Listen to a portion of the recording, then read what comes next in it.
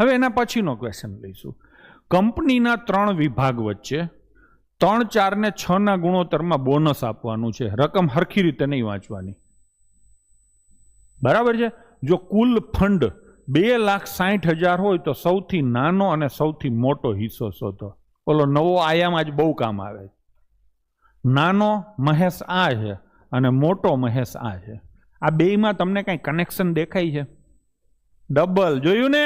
મગજ કામ કરવા માંડ્યું ને? કાળકામાના હમખાઈને કહું છું, મેં તને કાંઈ કીધું નહોતું ને? મગજ કામ કરવા માંડ્યું ને? આના કરતા આ ડબલ છે. જોવો છે મહેશને તો દેખાડું તમને. આના કરતા આ ડબલ છે. તો આ 30,000 છે દીપા, એના કરતા ડબલ છે?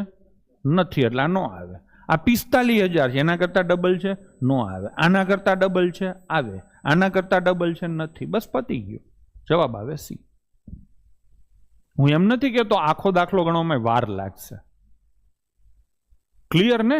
ખાલી તમે રેશિયાને કમ્પેર કરીને અંદાજાઓ મારી શકો છો. પેપર સેટર તમારા પ્રત્યે એટલો બધો ઉદાર છે ને કે થોડીક તમે મગજ વાપરવાનું ટેવ રાખો ને તો ટકાટક થાય. બધા એમ કે બતાવો બતાવો, આ ટકાને ક્યાં બતાવો. ચલો લઈશું હવે.